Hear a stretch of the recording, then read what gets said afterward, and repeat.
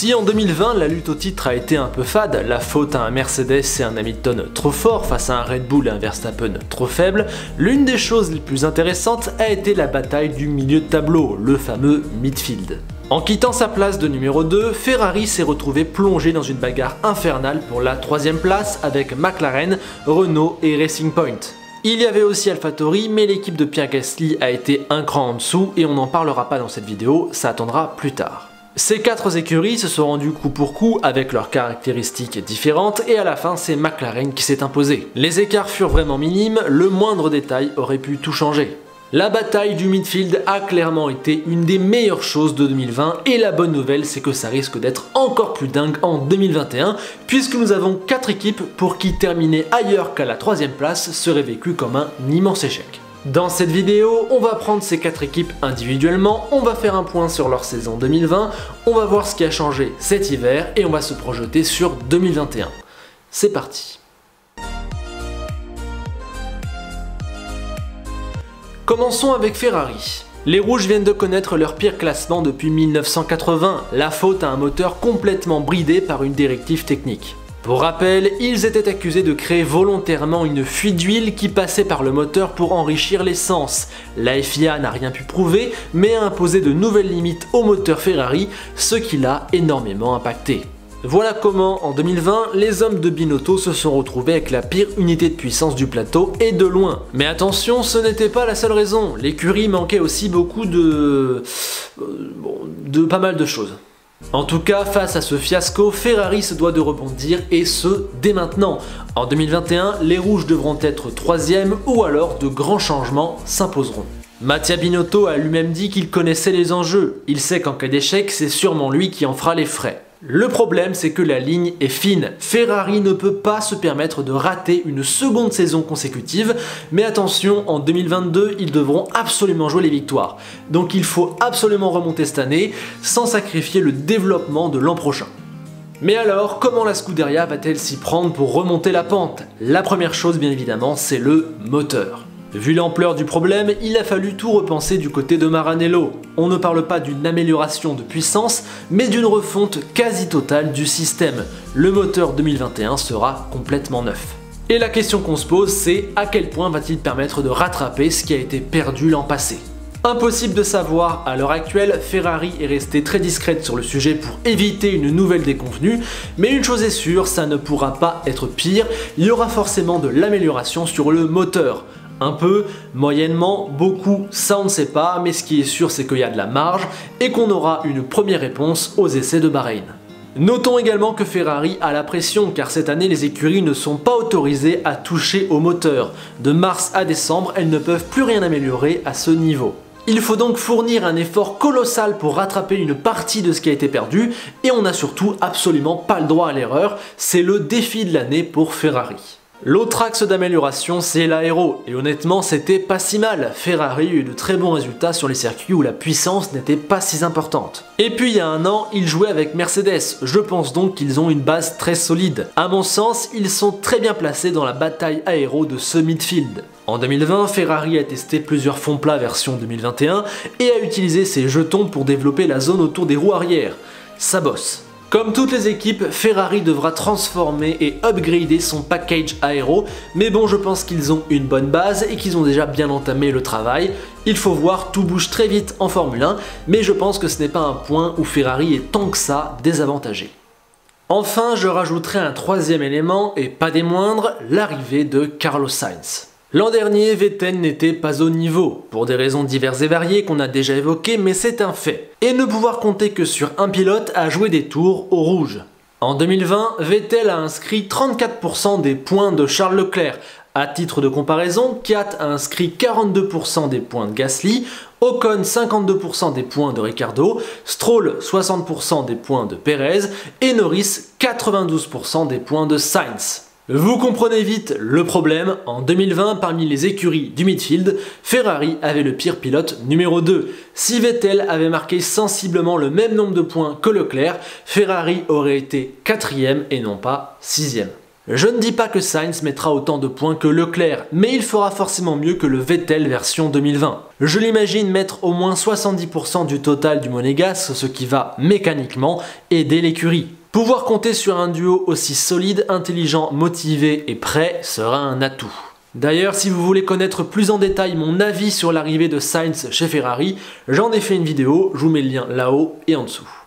Bref, après une des plus grosses humiliations de son histoire en 2020, Ferrari doit se relever sans attendre, mais tout en pensant à 2022. Avec peut-être le meilleur duo de pilotes du midfield, la Scuderia attend un nouveau moteur avec beaucoup d'espoir et vise la 3e place.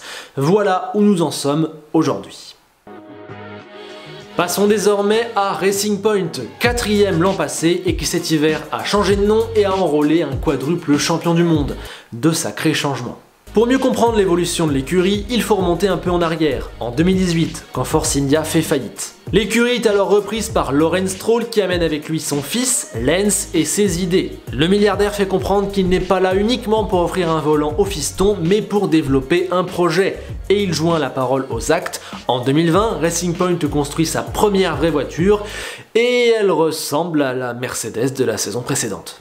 Bon, je ne vais pas refaire toute l'histoire juridique, je vais me contenter des faits, et le moins que l'on puisse dire, c'est que cette saison est une pure réussite. 7e avec 73 points en 2019, la voiture rose est désormais 4e avec 195 unités. C'est la meilleure amélioration de 2020 et cela a été obtenu avec des moments très forts, la pole de Stroll en Turquie, la victoire de Perez à Sakir, le double podium ce jour-là et un autre podium à Monza. Tout n'a pas été parfait, loin de là, on peut notamment regretter quelques décisions stratégiques et un manque de maximisation de la performance, mais les faits sont bien présents. Et Lawrence Stroll ne s'est pas arrêté là car pour 2021, il a noué un partenariat très important avec Aston Martin. Depuis 7 ans, la marque britannique cherche à revenir en Formule 1. Ils avaient d'ailleurs failli le faire avec Force India en 2015, mais étaient finalement devenus partenaires techniques de Red Bull. Premier point, Aston Martin n'est pas novice, ça fait 5 ans qu'il travaille avec Red Bull. Deuxième point, ce n'est pas uniquement un prête-nom. Lawrence et Aston veulent nouer un deal plus profond, l'écurie ayant notamment décidé de construire une nouvelle usine. Le milliardaire a aussi des parts dans la marque Aston Martin et on parle aussi d'un projet pour redresser la firme hors de la Formule 1. Bref, c'est assez énorme et ça se voit aussi avec le nom du nouveau sponsor titre, Cognizant, monstre de l'industrie qui, à la manière d'un Petronas chez Mercedes, va offrir beaucoup d'argent et un transfert de données. Aston Martin est donc parti pour être une version améliorée de Racing Point en tout point. Meilleur nom, meilleure image, meilleure infrastructure, meilleurs moyens, meilleure connaissance et donc meilleure ambition. Depuis des années, Force India, devenu Racing Point, est réputé pour avoir une équipe technique qui fait beaucoup avec peu de choses sous la houlette d'un super directeur technique, Andy Green. Aston Martin va donc permettre à une super écurie d'avoir plus de moyens techniques et financiers. C'est plutôt prometteur. Maintenant, il y a quand même quelques zones d'ombre. Outre l'incertitude de la Formule 1 qui ne permet d'offrir aucune garantie, encore moins avec un budget capé et une nouvelle réglementation qui arrive, j'ai 2 points d'ombre principaux. Le premier point, c'est sur le plan technique. Que vaut réellement cette voiture ? Avec la sombre histoire de copie de Mercedes, j'ai du mal à savoir ce qui a réellement été développé et comment, ni même si toute cette affaire a été tirée au clair. Parce qu'on va pas se mentir, la ressemblance entre les deux voitures ne s'arrête pas aux écopes de frein, c'était pas les écopes de frein le plus gros problème. Je suis pas en train de dire que c'est injuste ou qu'il y a un complot, etc. Je dis juste qu'on n'a pas tout compris et qu'on se demande si l'affaire est vraiment tirée au clair. Qu'est-ce que Racing Point a fait de mal? Je suis pas sûr qu'on le sache vraiment. Et du coup, je me demande dans quelle mesure Aston Martin a entre les mains une Mercedes. L'Aston 2021 sera-t-elle la Mercedes 2020? Ou bien les nouvelles règles sur le copycat vont-ils mettre un coup à la voiture? Sauront-ils gérer cette machine qui intrigue? Feront-ils mieux? Feront-ils moins bien?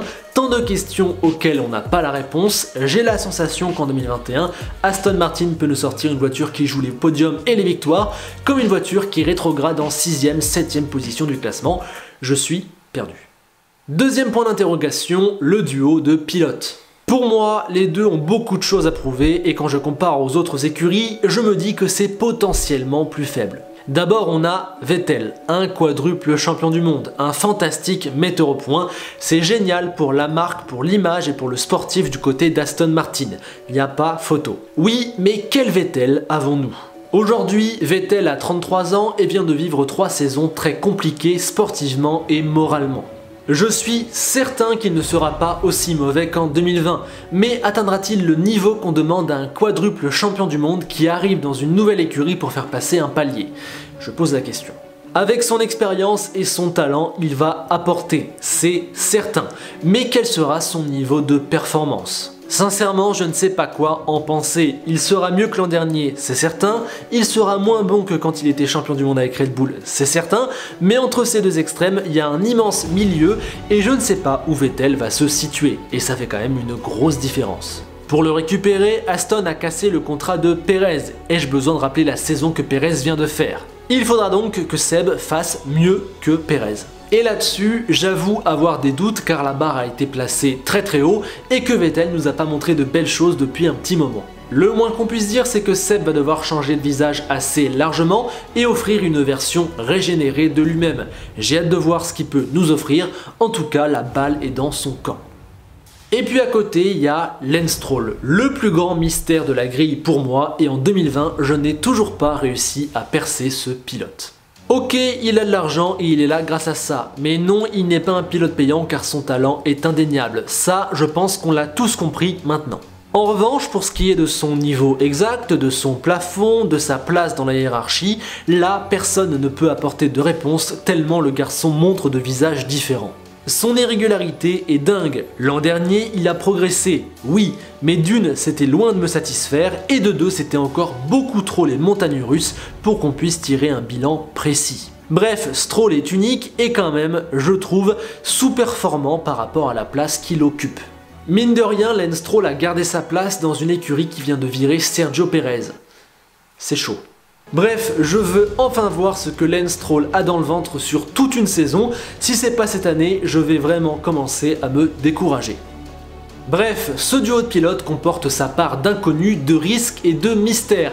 J'ai l'impression qu'il y a un scénario parfait où tout fonctionne et un scénario catastrophe où c'est beaucoup plus compliqué. Pour conclure, je dirais que c'est un duo qui a beaucoup de potentiel, mais qui, contrairement à celui de Ferrari, offre beaucoup moins de garanties à l'heure actuelle. À eux de nous prouver les choses. Avec ce nouveau nom et ce nouveau projet, Aston Martin laisse entrevoir de très belles choses. Cette année, ils vont poser les bases avec 2022 en ligne de mire. Cette écurie possède-t-elle tous les ingrédients pour compter dans le futur? À eux de nous le prouver. Comme on l'a vu, ils ont un très gros potentiel, mais il y a aussi pas mal de zones d'ombre auxquelles il va falloir commencer à apporter des réponses en 2021. Parlons français à présent puisqu'il est temps d'évoquer une autre écurie qui a changé de nom, Renault devenue Alpine. Pour la faire courte, Renault est revenu en Formule 1 en 2016 avec un plan sur 5 ans qui visait à jouer les podiums et les victoires en 2020, en gros. Et ça se passait bien, 9ème avec 8 points en 2016, 6ème avec 57 points en 2017 et 4ème avec 122 points en 2018. À ce moment-là, le projet marche très bien et approche de sa phase terminale, on va commencer à viser gros. Et cette idée est renforcée par la signature d'un pilote de tout premier plan, en la personne de Daniel Ricciardo. L'Australien venait pour apporter son incroyable talent. On le voyait comme l'élément capable de faire passer le cap supplémentaire à Renault, de la rapprocher des top teams. Oui, sauf qu'on se rappelle tous de la saison 2019. Avec un poil de gêne et de beaux ratés sportifs, Renault a très largement déçu et a rétrogradé en 5ème position, malgré la présence d'un Ricciardo. En 2020, Renault a également fini 5ème, mais la dynamique est totalement différente. L'écurie s'est relancée sportivement et humainement avec 3 beaux podiums et une voiture qui a passé un cap. Malgré tout, l'objectif de base n'est quand même absolument pas atteint. Je vous rappelle qu'en 2020, à la base, on était censé jouer les victoires. Bon, ils sont dans le bon groupe, ils sont dans le bon wagon, mais c'est pas le cas. La situation sportive n'est pas catastrophique, loin de là, et le projet était peut-être un peu ambitieux, mais tout de même, c'est le moment pour Renault de changer un petit peu d'air.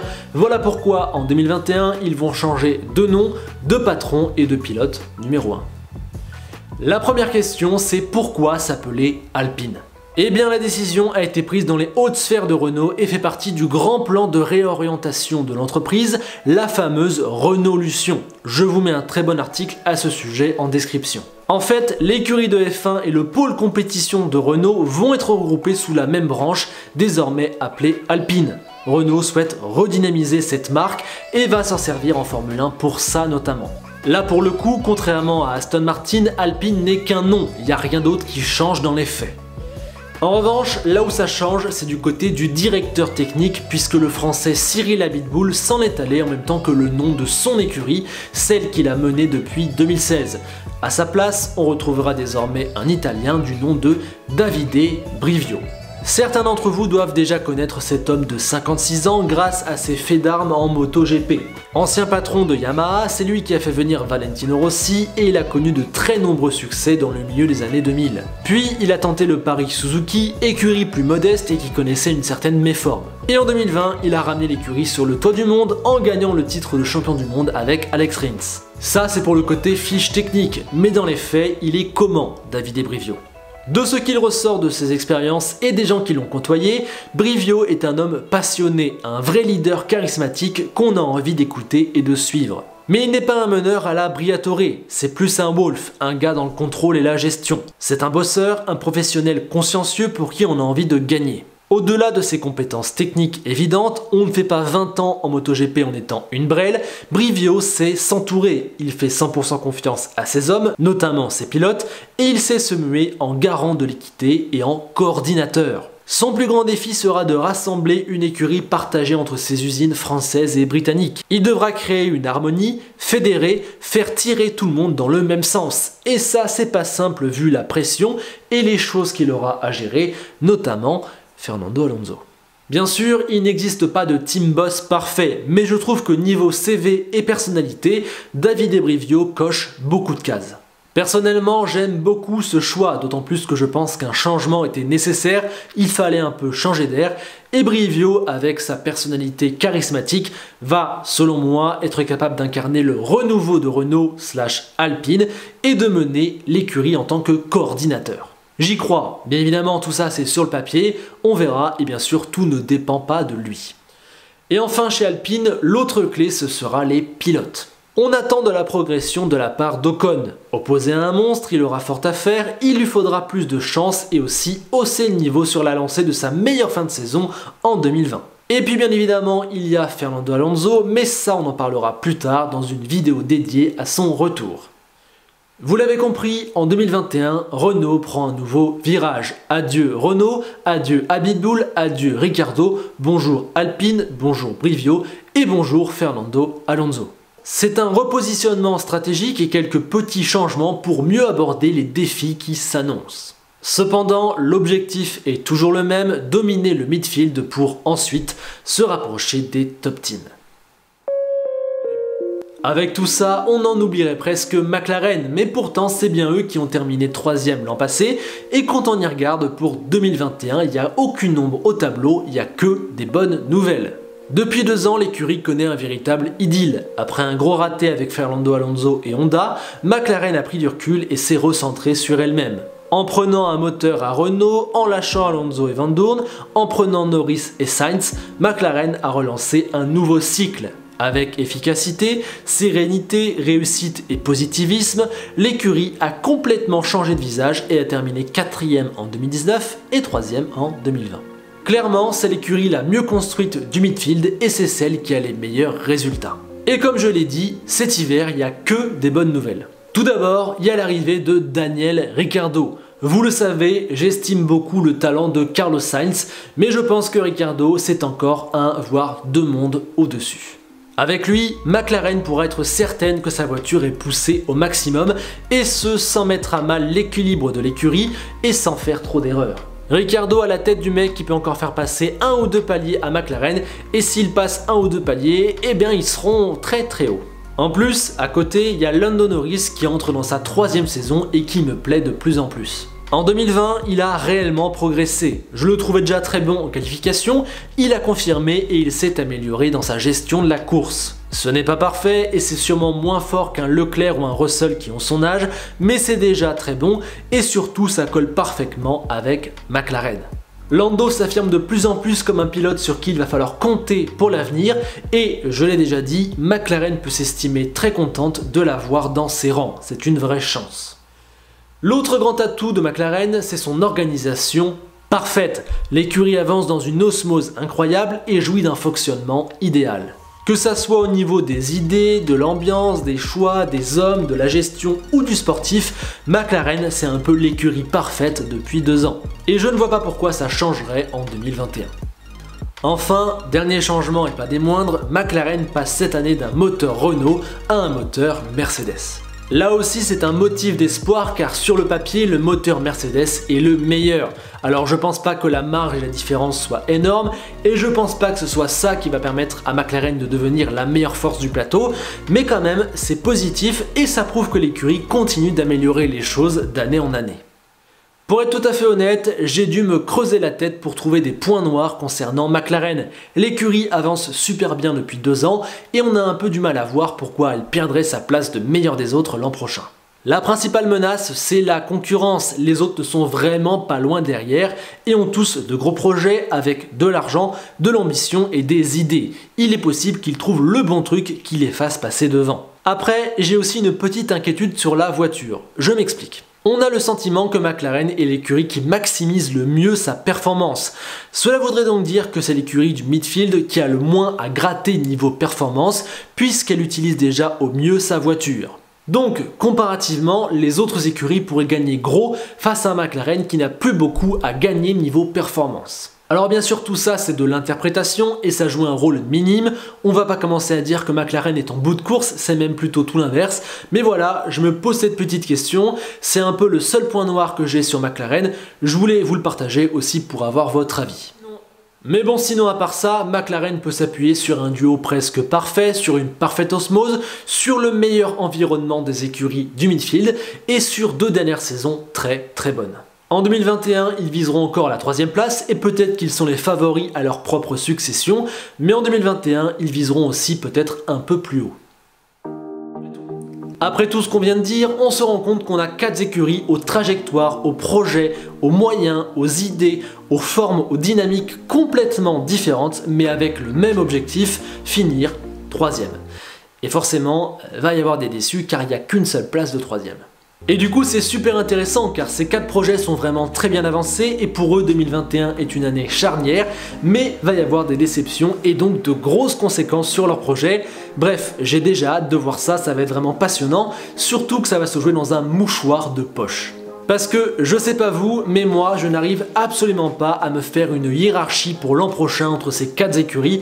Voilà, j'essaye, je tourne le truc dans tous les sens et je n'arrive pas à me fixer. Essayez de votre côté, dites-moi ce que vous en pensez, d'ailleurs je veux bien vos avis en commentaire, dites-moi ce que vous pensez de ces 4 écuries et dites-moi dans quel ordre vous les voyez au classement l'an prochain. Voilà, moi à l'heure actuelle, à 50 jours de la reprise, je n'arrive pas à avoir d'idée précise. On a un Ferrari qui a un super duo qui doit remonter avec son moteur et qui n'a plus le droit à l'erreur. On a un McLaren qui a aussi un super duo, qui est sur une super dynamique, qui veut aller encore plus haut, qui veut pas casser son élan. On a un Alpine qui change plusieurs choses, qui ramène Alonso, qui s'est bien remis en selle en 2020, qui veut encore passer à la vitesse supérieure. On a un Aston Martin qui a un nouveau projet, avec de l'argent, avec un Sébastien Vettel revanchard, avec un Lance Stroll, avec un Lawrence Stroll à la baguette, avec une voiture intrigante.